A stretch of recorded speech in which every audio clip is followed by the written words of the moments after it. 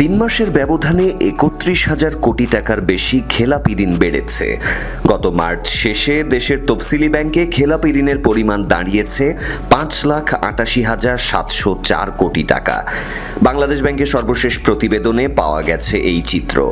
Bangladesh bank বলছে, গত December মাস থেকে ব্যাংকিং খাতে খেলাপি ঋণের পরিমাণ ছিল ৫,৫৭,২১৭ কোটি টাকা। মার্চ শেষে ৩ মাসের ব্যবধানে বেড়েছে ৩১,৪৮৭ কোটি টাকা।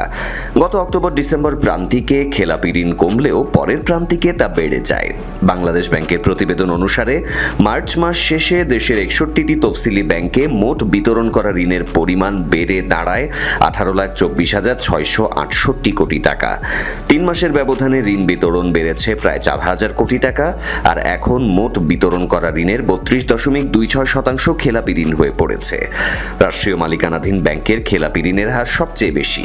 এসব ব্যাংকে খেলাপি ঋণের হার বিতরণ করা ঋণের প্রায় ৪৬%।